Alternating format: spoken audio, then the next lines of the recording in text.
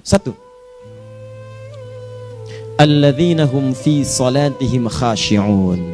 Syarat pertama, kalau ingin mendapatkan surga Firdaus tadi dan kebahagiaannya diturunkan ke bumi, dibawa sampai mati, masuk ke alam kubur lebih bahagia lagi, maka amalan pertama untuk melatih menguatkan iman itu, coba berlatih untuk menunaikan sholat dengan khusyuk.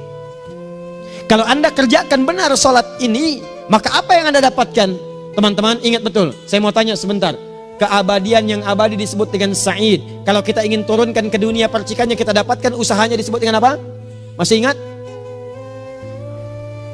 Aflah itu kalau didapatkan, kata dasarnya apa tadi? Falahun. Lihat baik-baik. Kata Allah dalam Al-Quran tadi, kalau ingin mendapatkan falahun, amalan pertama sholat. Makanya ketika dipanggil sholat, kalimat falah dilekatkan pada panggilan sholat. 5 kali diingatkan.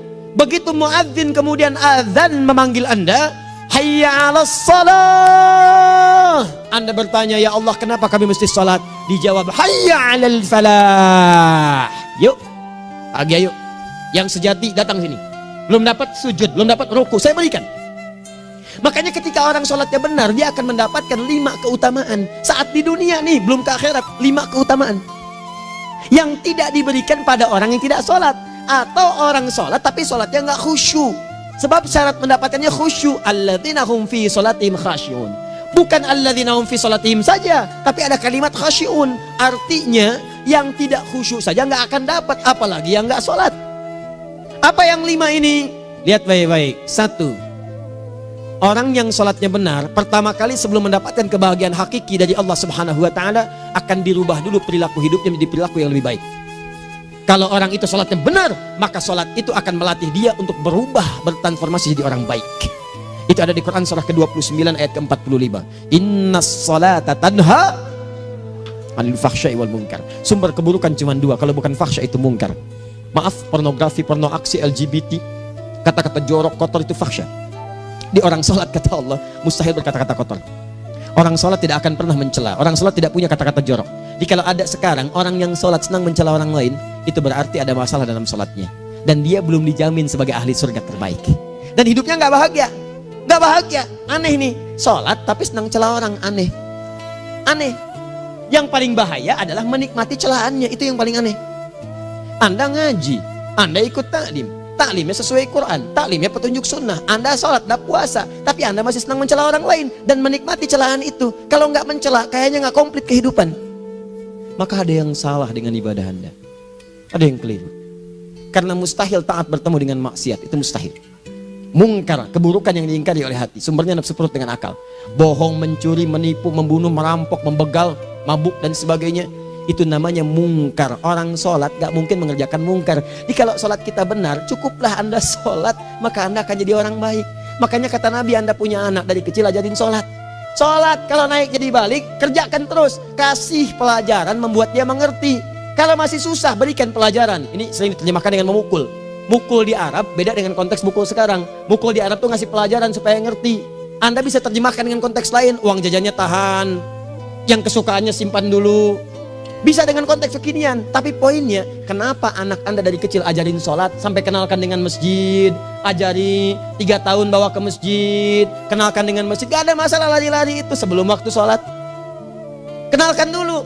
Dulu orang-orang tuh begitu, sebelum waktunya dikenalkan, jalan, begitu lari, biarin dulu. Setelah itu diberi pengertian, nah ini bukan tempat berlari, yang berlari di sana nanti, yang di sini nanti akan ada orang-orang baik semuanya. Terus Anda lihat berbaris, baris rapi. Kalau pengen baik ikutan baris nanti. Terus nanti ada yang mimpin di depan, namanya imam. Imam itu siapa ya? Tetangga kita bukan yang Pak Imam, bukan. Bukan. Kalau tetangga kita namanya Imam S. Arifin. Kalau yang ini imam sholat namanya. Imam sholat itu nanti akan pimpin menyembah Allah. Allah siapa ya? Allah itulah yang memberikan ayah rizki. Allah itu yang memberikan ayah rizki sehingga bisa beli tobot buat kakak, beli robokar poli, ini yang poli, ini yang embers, ini yang heli, ini dulu kakak semuanya tuh yang kasih Allah. Nanti kalau kakak bagus bisa ikut rapi di sini, Allah akan senang, akan ditambah lagi oleh Allah. Oh begitu ya, datang begitu caranya. Ini bukannya waktu sholat belum dikenalin tadi bawanya main-main di masjid. Bahkan ada yang agak repot lagi, di rumahnya susah diatur, dibilang, kamu ini susah diatur, main sana ke masjid, disuruh main, ya main di masjid. Yang salah bukan anaknya, orang tuanya.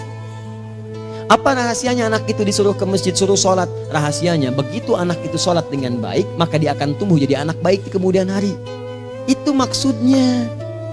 Nah, sekarang saya agak bingung ini, pendidikan TK sekarang salah sih? Enggak, cuma saya agak bingung mikirnya. Ini anak belum diajarin sholat, udah diajarin manasik.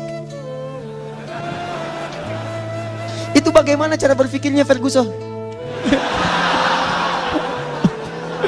Agak repot saya mikirnya tuh.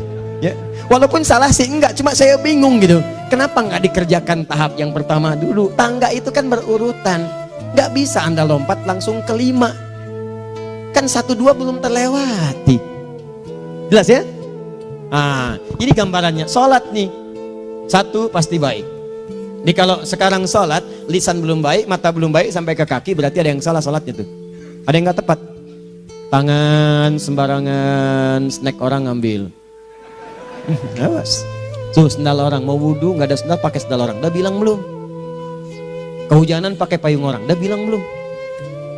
Ya kan gampang Ustaz. Ini kan juga mungkin diikhlaskan karena Allah. Ya ikhlas, cuman pakainya belum minjam. Bagaimana kalau sedang pegang payung itu keluar, Anda meninggal? Coba mikirin ke situ. Coba ke kantor. Kalau didorong proyek yang nggak jelas, minta tanda tangan, pikirin dulu bagaimana kalau meninggal. Kemarin saya sama teman-teman artis saya katakan begini, Anda ya, kalau Anda mengaji dengan saya, jangan pernah menerima peran maksiat. Walaupun itu sekedar adegan, tapi itu maksiat. Kalau bayangkan ketika Anda memerankan itu, Anda diwafatkan oleh Allah Subhanahu Wa Taala. Maka demi Allah saya katakan tidak ada faedahnya Anda ngaji sekarang, ngaji besok. Ketika Anda menerima peran itu, Anda wafat dalam keadaan bermaksiat di hadapan Allah Subhanahu Wa Taala. Maka saya pun katakan pada Anda, ayo belajar yang betul. Pahami, bangun sholat, belajar, dalami seperti orang tua kita dulu. Tinggalkan nyontek, budaya yang gak jelas. Rasakan ketika nyontek Anda wafat. Apa yang Anda dapatkan? Di Libya itu, kalau nyontek, di Libya ya, saya pernah sekolah di Libya nih. Itu kalau nyontek, dibiarin aja dulu. Dan rekornya 100% ketahuan. Begitu sudah selesai, cuma jeda 2 jam, langsung ada panggilan. Si Fulan silahkan datang ke kantor. Apa yang disediakan di kantor sudah siap. Anda diberi waktu 2 jam dari sekarang, siapkan beres-beres koper Anda. Di sini tertulis Anda akan pulang. Tiketnya sudah lengkap, dikawal 2 orang. Dituliskan di situ anak ini nyontek gak boleh kembali ke sini. Libya. Gak ada zero tolerance bagi yang seperti itu, keluar. Kami gak terima di sini. Harusnya begitu. Gak ada faedahnya. Yang kita butuhkan amalan dari ilmu, bukan nilai-nilai itu sementara. Gak ada. Sudah. Nah ini akhirnya begini kualitasnya nih. Tertulis di ijazahnya bagus, cum laude, IPK-nya 4, tapi nggak ada aplikasinya. Yang pintar banyak, kita butuh yang baik, pintar yang baik. Sekarang yang pintar banyak, kepintarannya dipakai untuk nipu orang. Itu yang bahaya. Ahli hukum banyak yang dihukum. Ahli ekonomi tidak bisa mengangkat perekonomian. Apa yang salah? Apa yang salah? Ini yang jadi persoalan. Tapi dasar manusia, begitu di sidang mulai pakai peci, pakai baju koko, pakai tasbih, ada yang pakai kerudung. Luar biasa. Nih 2. Orang kalau sholatnya benar, Allah akan berikan ketenangan dalam jiwanya. Tenang hatinya. Jangankan musibah kecil, musibah paling besar pun tenang aja dia. Tenang, dia paham rumusnya. Allahu Akbar. Turun Quran surah ke-13 ayat ke-28. Ala bidzikrillahi tatmainnul. Yakinkan pada dirimu, zikir kepada Allah membuat hati tenang. Di antara turunan zikir amalannya adalah sholat. Dari mana taunya? Quran surah ke-20 ayat ke-14. Innani anallahu la ilaha illa ana fa'budni wa aqimis salata li dzikri. Saya Allah, kata Allah ke Nabi Musa. Tidak ada Tuhan selain saya, sembah saya. Bagaimana menyembahmu ya Allah? Tunaikan salat sebagai zikir kepada saya, zikir. Nah, maka kalau Anda sedang tidak tenang, ayo ke masjid. Banyak zikir itu, baca Quran zikir. Quran surah 15 ayat 9. Inna nahnu nazzalna dzikra. Kami turunkan Al-Quran sebagai zikir. Jadi kalau Anda sedang baca Al-Quran, Anda sedang berzikir. Ibu kalau sedang gak tenang, Bu, gelisah, gak enak, gak usah mengeluh, apalagi bikin status gak karuan. Ibu wudhu, ambil mushaf baca. Begitu sedang baca ada ketenangan dalam jiwa. Berdoa, zikir. Kalau sedang gak tenang, besok ada proyek, doa dulu. Doa itu memberikan ketenangan. Makanya doa disebut dengan zikir. Quran surah ke-7 ayat 205.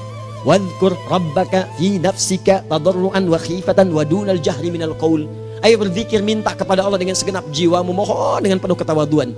nanti ketenangan diberikan. Menghafal Quran, baca itu zikir.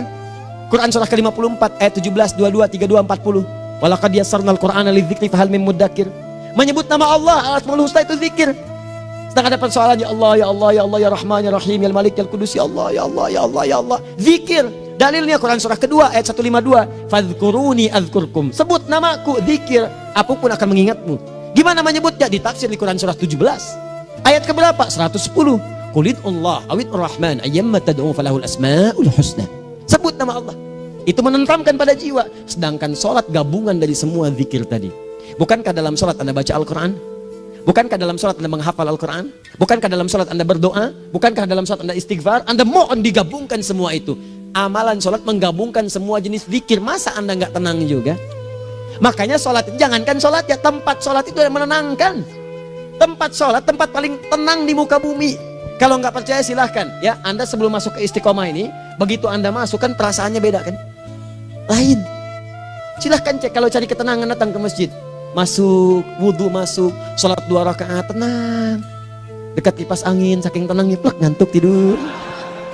Beneran. Enak. Makanya saat Ramadan kalau orang pengen cari ketenangan, lihat. Di perusahaan-perusahaan penuh tuh musola, pada tidur. Ya, mengamalkan hadis palsu. Ya, dia musoim ibadah, tidurnya orang puasa ibadah, hadis palsu. Nah, itu teman-teman. Itu gambarannya tiga. Orang yang salatnya khusyuk benar, itu dijamin langsung oleh Allah Subhanahu wa taala akan dimudahkan semua urusan hidupnya termasuk rezekinya. Ini yang saya katakan.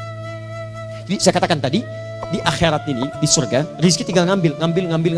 Anda kalau benar sholatnya, itu langsung dijanjikan oleh Allah. Rezeki itu nggak perlu Anda banyak pikirkan. Ikhtiar sedikit, datang. Bahkan dari sisi yang tidak Anda duga. Apa dalilnya? Quran surah ke-65 ayat 2 dan 3. Ditafsir di Al-Baqarah ayat 2 dan 3. Wa may yattaqillaha yaj'al lahu makhraja. Ada orang yang meningkatkan takwanya kepada Allah, kami mudahkan urusan hidupnya. Setiap persoalannya diberikan jalan keluar, mudah. Solusi. Setiap ada problematika, ada solusi. Wa yarzuqhu min haitsu la yahtasib. Dan kalau dia ingin mendapatkan rezeki, bahkan kami kirimkan dari sisi yang tidak dia duga. Orang lain capek ini datang lagi, tawaran proyek datang lagi.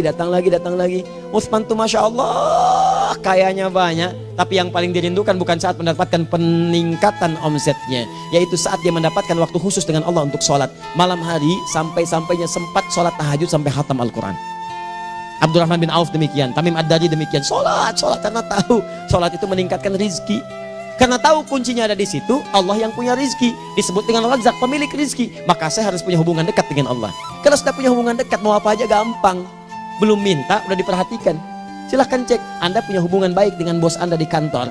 Ya, sebelum Anda minta, beliau udah pikirin tuh. Telepon bendahara, dia udah ngambil belum gajinya? Belum Pak, tambahkan bonus sekian. Kenapa? Karena dia mengawasi Anda. Allah maha tahu dibandingkan dengan bos Anda. Mendekat kepada Allah, semua diperhatikan oleh Allah. Siapa orang takwa itu? Kalimat takwa pertama di Al-Quran Al-Baqarah ayat 2, amalannya ayat 3. Dzalikal kitabu la raiba fihi hudal lil. Siapa mutakin itu? Ayat 3-nya. Alladzina yu'minuna bil ghaib wa yuqimunas shalah. Nih, gampang. Kalau pengen mudah hidupnya gampang. Biaya nggak mahal, tenaga nggak banyak, tingkatkan takwa nih. Jadi kalau hidup Anda masih susah, di kantor champion, di rumah tangga bermasalah terus, atau sebaliknya, maka boleh jadi kalau gelar Anda tinggi, harta Anda banyak, tapi selalu punya masalah. Bukan Anda kurang hebat, bukan Anda kurang kedudukan, bukan Anda kurang kaya, Anda kurang takwa. Dan yang paling dahsyat, mungkin sholat Anda belum berkualitas. 4. Orang yang sholatnya benar, khusyuk dia. Bahkan saat sholat itu kalau dia minta, maka seketika doanya akan dikabulkan. Tanpa diskusi, langsung seketika. Contoh, Quran surah ketiga ayat 38 sampai 39. Demi Allah saya katakan, Nabi Zakaria punya masalah, masalahnya pelik. Sudah berumah tangga, istrinya divonis monopos, maaf bahkan mandul. Gak mungkin punya keturunan. Maka apa yang beliau kerjakan? Secara singkat beliau sholat. Begitu sholat minta kepada Allah. Hunalika da'a Zakaria rabbah. Di mihrab itu beliau bermohon kepada Allah. Bermohonnya sambil sholat. Qala rabbi habli min ladunka dzurriyyatan thayyibah innaka sami'ud du'a. Ya Allah, mereka katakan saya nggak mungkin punya keturunan. Sekarang saya ingin katakan, ya Allah, saya hanya minta darimu saja, saya nggak akan dengarkan mereka. Ya Allah, mohon Engkau maha mendengar, ya Allah. Maha mendengar doa saya. Kalau kepada yang maha mendengar aja nggak mengabulkan, kepada siapa lagi saya mesti minta? Apa yang terjadi? Fanadatul malaikat wa huwa qa'imun yusolli fil mihrab. turun malaikat mengabarkan, sedangkan beliau masih sholat, belum selesai dalam sholatnya. Sholat khusyuk itu belum selesai sholat aja dikabulkan, doa sudah turun. Sholatnya belum selesai, doa sudah dikabulkan. Annallaha yubashshiruka bi Yahya. Allah kasih kabar gembira, doa kamu didengar, dikabulkan, kamu akan punya anak, namanya langsung dari Allah Yahya, artinya hidup yang mustahil menurut manusia. Lahir seorang dari rahim perempuan yang menepus dan mandul, bayi yang hidup, kata Allah nggak ada yang mustahil bagiku, jadi dan jadi dia. Berita baiknya, Nabi Zakaria sholat dikabulkan. Umat Nabi Muhammad sebelum sholat sudah ditunggu oleh Allah, mau minta apa aku kabulkan sekarang. Hadisnya qudsi, saya bacakan. Hadatsana qala Rasulullah sallallahu alaihi wasallam, qala Allahu azza wa jalla, qasamtu shalah baini wa baina abdi. Kata Allah, saya bagi dua ya salat antara aku dengan hambaku. Wali abdi ma sa'ala. Kalau hambaku benar salatnya, aku berikan apapun yang dia minta sekarang. Idza qala al-abdu alhamdulillahi rabbil alamin. Bagian pertama, kalau hamba benar dibaca Al-Fatihahnya dari alhamdulillahi rabbil alamin, kalau Allah azza wa jalla dijawab oleh Allah, hamadani abdi, hambaku sedang memujiku. Wa idza qala ar-rahmanir rahim, jika hambaku berkata ar-rahmanir rahim, qala Allah azza wa jalla asna alayya abdi, hambaku sedang menyanjungku. Wa idza qala maliki yaumiddin, qala Allah azza wa jalla majjadani abdi, kalau hambaku mengatakan maliki yaumiddin, kata Allah hambaku sedang mengagungkanku. Perhatikan sekarang. Wa idza qala al-abdu iyyaka na'budu wa iyyaka nasta'in, jika hambaku berkata sekarang, ya Allah, kami sekarang ibadah, sholat menyembahmu, dan kami sekarang sedang punya masalah, kami hanya minta tolong kepadamu ya Rabb. Apa jawabannya? Beda dengan sebelumnya. Kata Allah, hadza baini wa baina abdi, inilah perjanjian antara aku dengan hambaku. Wali abdi, kalau hambaku benar khusyuk sholatnya sampai detik ini, baru sampai Al-Fatihah itu pun belum tuntas, baru sampai Al-Fatihah itu pun belum tuntas. Kalau benar bacaannya betul, sholatnya dari takbir sampai dengan selesainya, sampai ayat itu, iyyaka na'budu wa iyyaka nasta'in, kata Allah, masalah apapun yang dia minta sekarang aku akan kabulkan. Besok saya kasih rahasia yang di KBP, ada awal pembuka di awal sebelum Al-Fatihah yang kalau anda benar bacanya itu pengantar kepada pengabulan doa di Al-Fatihah. Apa itu? Besok. 5. Yang kelima ini yang paling diharapkan, dan ini penutup dalam kajian kita malam ini. Teman-teman sekalian, perhatikan baik-baik. Jika anda benar mengerjakannya, maka Allah akan jamin langsung anda akan mendapatkan kesuksesan dan kebahagiaan di semua aktivitas anda. Kalau jadi suami, suami yang sukses, rumah tangga yang bahagia. Kalau jadi pegawai, pegawai yang sukses, dan di kantor bahagia. Masih ingat? Kesuksesan yang menghadirkan kebahagiaan, konteksnya dunia disebut dengan falah, dipegang disebut dengan aflah. Dikembalikan lagi ke atas, ke surah ke-23 ayat 1 dan 2.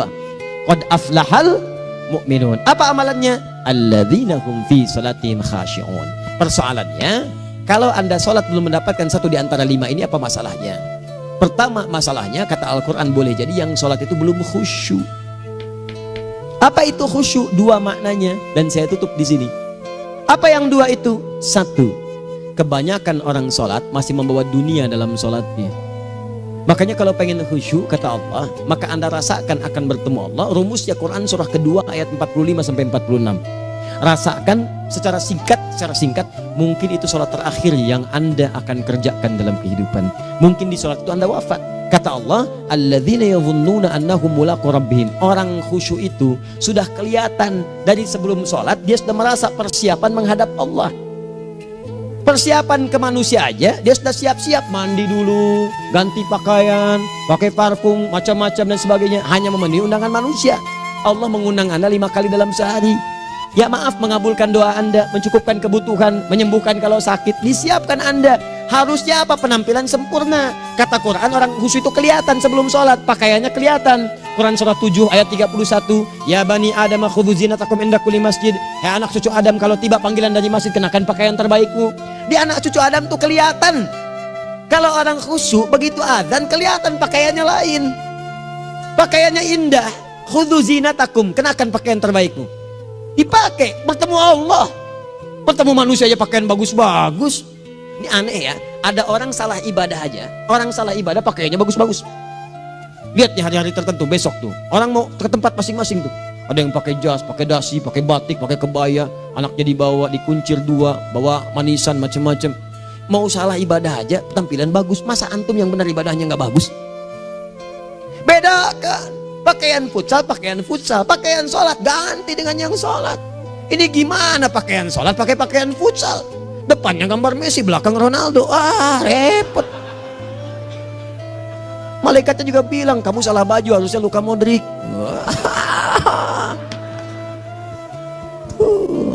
Hafal saya. Nah, yang mau tanya apa? Mourinho dipecat saya tahu. Lagi nganggur sekarang, ditawarin Benfica dia nggak terima. Sekarang jadi dia komentator di BeIN Sport. Nanti sebentar lagi dia akan komentar di laga Saudi dengan Qatar dan komentar laga Arsenal dengan Ipswich. Digantikan oleh Solskjaer. Dia super sub dulu. Ya, super sub. Ya, the baby assassin, ya pembunuh yang berwajah baby face. Masuknya di akhir-akhir, gol. Sekarang melatih dia 5 kali kemenangan, belum kalah sama sekali. Saya hafal itu. Tapi masih di urutan ke-6, tapi jaraknya ke yang keempat itu tinggal 3 poin lagi. Hafal saya. Liverpool tahu cuma 4 poin sekarang bedanya, kemarin 7 kalah 2-1 sama Manchester City. Walaupun banyak analisis yang menyebutkan mungkin itu diberikan saja gitu kan, karena ada yang lain-lain. Hafal kedua Manchester City. Hafal saya. Ayo mau tanya apa lagi? Tottenham Hotspur ke bawahnya, ada Chelsea, ada Arsenal, baru kemudian Manchester United. Liga Italia, wah udah gak kekejar Juventus. Ya, apa lagi? Dan seterusnya lah.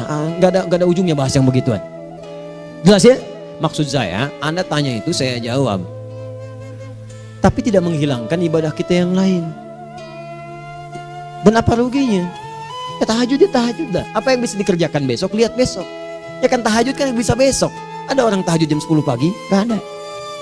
Lebih baik Anda kerjakan malam tahajud. Yang tidak bisa dilihat malam bisa dilihat besok. Cara berpikirnya bagaimana kalau besok meninggal? Gak kesampaian teman-teman sekalian. Gak kesampaian. Nah maka dari itu, Anda kalau mau ada panggilan sholat, siap-siap baju yang bagus. Itu sempurnakan. Anda panggilan orang mandi, panggilan Allah, buka Quran surah 5 ayat 6, sempurnakan wudu. Ya ayyuhalladzina amanu idza qumtum ila shalah faghsilu wujuhakum, wudu yang baik. Berpakaian yang rapi. Kenapa? Karena boleh jadi saat dipanggil Anda wafat saat itu. Maka wafat Anda dalam keadaan yang suci, dengan keadaan tobat, dengan pakaian terindah pada saat itu. Yang kedua, maaf, orang-orang kurang khusyuk itu saya tutup. Yang kedua itu karena kebanyakan orang sholat tidak paham, tidak mengerti apa yang dibaca dan dilakukan dalam sholatnya. Jujur pada diri sendiri, jawab pada diri Anda. Sampai sekarang Anda sholat, berapa persen bacaan sholat yang Anda pahami? Jangan-jangan selama ini Anda sholat ribuan kali sujud, ribuan kali ruku, gak ada yang paham yang dibaca. Sekian persen yang paham, bagaimana sholat Anda bisa khusyuk? Pekerjaan Anda dipahami, urusan akhirat Anda gak dipahami. Di mana cara berpikirnya? Aku yang bagaimana atau engkau yang harus bagaimana? Ya, coba berubah. Nah ini baru satu amalan, belum yang lainnya. Ada 5 amalan lagi yang kalau kita bisa turunkan itu, selain sholat yang khusyuk, maka jaminan tadi akan datang. Baru sholat khusyuk aja 5 datang, apalagi ditambah dengan 5 amalan lainnya lagi. Demi Allah saya katakan, dunia kecil sekali, gak ada nilainya. Akhirat aja enak, nikmat. Saya ketemu Ustaz Arifin beberapa waktu lalu, dan kita doakan semoga Allah berikan kesembuhan, kesehatan. Saya datang, biasa kita ada berdoa, duduk. Bang istirahat, bang butuh istirahat, umat udah nunggu. Dah gak usah mikir yang lain, karena beliau cerita masjid, cerita zikro, cerita mana. Ya insya Allah. Nitipin ini, nitipin itu dan seterusnya. Dan yang paling indah adalah, bang kita saling panggil weekend. Nikmat, gak ada yang senikmat ini. Zikir, Allah, doa. Nah bayangkan sakit tapi masih nikmat gitu. Nikmat. Iya bang, saya paham. Istirahat dulu. Banyakkan nanti orang jengkuk. Saya pamit dulu ya, supaya bisa istirahat, supaya tenang. Lama kita pegangan tangan, ngobrol, saling mendoakan. Itu nikmat. Dan cara berpikirnya kalau sudah pakai iman, semua nikmat. Ada uang nikmat, gak ada uang nikmat, sakit nikmat. Karena cara berpikirnya lain. Nanti kita bertemu lagi, saya terangkan pada Anda. Dan saya contohkan satu kisah. Bahkan ketika ada orang yang diuji Allah dengan ujian yang sangat luar biasa, yang menurut sementara orang itu ujian sangat luar biasa menggetarkan jiwanya dan susah untuk bertahan, tapi orang ini nikmat saja menjalaninya. Nikmat. Ada yang di rumah tangga, ada yang di macam-macam. Contohnya banyak. Satu contoh saya berikan di malam ini. Sekali suami istri, wah luar biasa. Istrinya itu cerewetnya Pak, bukan cuma cerewet, ngeselin bagi suaminya. Maaf Bu ya, bukan ibu maksudnya. Jadi semua yang dikerjakan suami salah. Pengen mangga, ayah kalau kita sekarang dibeli mangga. Kenapa mangga yang ini? Saya pengennya mangga yang lain. Belikan mangga. Kenapa beli mangga aja? Jeruknya mana? Jeruk. Semua. Pokoknya semua yang kerjakan suami salah. Tapi suami tidak pernah mengeluh. Ini kerjakan, itu kerjakan. Satu kali, perhatikan cara memandangnya. Ketika iman sudah masuk ke dalam jiwa. Kata temannya, akhi, istri kamu ini begini, nyusahin kamu. Kenapa kamu gak cari yang lain? Kan gampang ada syariat. Udah pisahin aja, cari yang lain. Kamu tenang ibadah. Apa jawabannya? Hey, Allah sudah turunkan surga ke saya lewat dia. Kenapa kamu meminta saya untuk menjauhinya dan meninggalkan surga saya? Di cara melihat dia, bukankah ketika ada berbagai keluhan saya sabar? Bukankah sabar mendekatkan saya ke surga? Allah kirimkan tipikal istri seperti ini supaya mendekatkan saya ke surga. Dengan itu kan saya banyak pahala. Saya sabar, pahala banyak. Sudah Allah berikan pahala kepada saya. Kamu malah nyuruh saya untuk berpisah dengan pahala itu. Perhatikan cara berpikirnya. Indah. Kalau rumah tangga seperti ini semuanya enak gitu. Suaminya biasa-biasa, istrinya cantik, luar biasa. Begitu berdandan kelihatan, kata suaminya, Masya Allah, wajahnya tak berpaling, mata tak berkedip. Kata istrinya, ya zauji madzabik, sayang kamu kenapa? Allah syakiran lillah bihadari. Demi Allah, aku bersyukur mendapatkan istri secantik kamu. Kata istrinya, nahnu fil jannah zauji, kita berdua di surga. Kata suaminya, kok bisa begitu jawabanmu? Iya, kamu bersyukur dengan keadaanku, aku bersabar dengan keadaanmu. Catat. Bukankah orang syukur dan sabar di surga? Tuh lihat, canda-canda orang-orang soleh itu begitu. Nikmat ketawa walaupun nyelekit di hati. Cuman bawaannya enak gitu. Nah, nanti itu ada tuh, nanti saya turunin tuh. Yang di rumah tangga, yang ini, yang itu nanti. Kapan? Pertemuan berikutnya. Ya, jadi kita cukupkan dulu di malam ini apa yang kita pelajari supaya nanti nggak terlampau banyak kita dapat materi.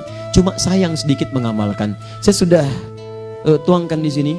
Banyak saya tuliskan termasuk di keluarga, di macam-macam. Ini saya tulis tapi silahkan Anda baca. Kalau ada manfaat silahkan dapatkan. Kalau ada yang kurang silahkan sampaikan untuk dikoreksi. Semoga Allah muliakan kita semua insya Allah. Sekali lagi, perbaiki hidup. Jangan banyak mainnya. Dan sudah, jangan banyak membuang dengan yang sia-sia apapun yang dihadapi. Sekali lagi, tolong jaga kondusivitas, bantu negara kita, ketertiban, keamanan. Kalau saya menyampaikan sesuatu ada singgungan dengan yang kekinian, itu maksudnya koreksi masukan-masukan supaya diperbaiki. Tapi tetap dalam urusan pemilihan kita punya pilihan masing-masing yang tidak boleh dipaksakan. Jelas ya? Baik, jadi ya saya sampaikan sekali lagi. Pertama, pilih mana? Anda dipaksa harus ikut, atau yang kedua, kita bebas memilih sesuai. Dah. Sudah ya.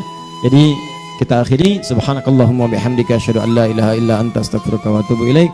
Wa akhiru da'wan alhamdulillahirabbil alamin. Berjumpa besok sesi terakhir fikih ikhtilaf di Masjid Ar-Rahman Kota Baru Parahyangan. Assalamualaikum warahmatullahi wabarakatuh.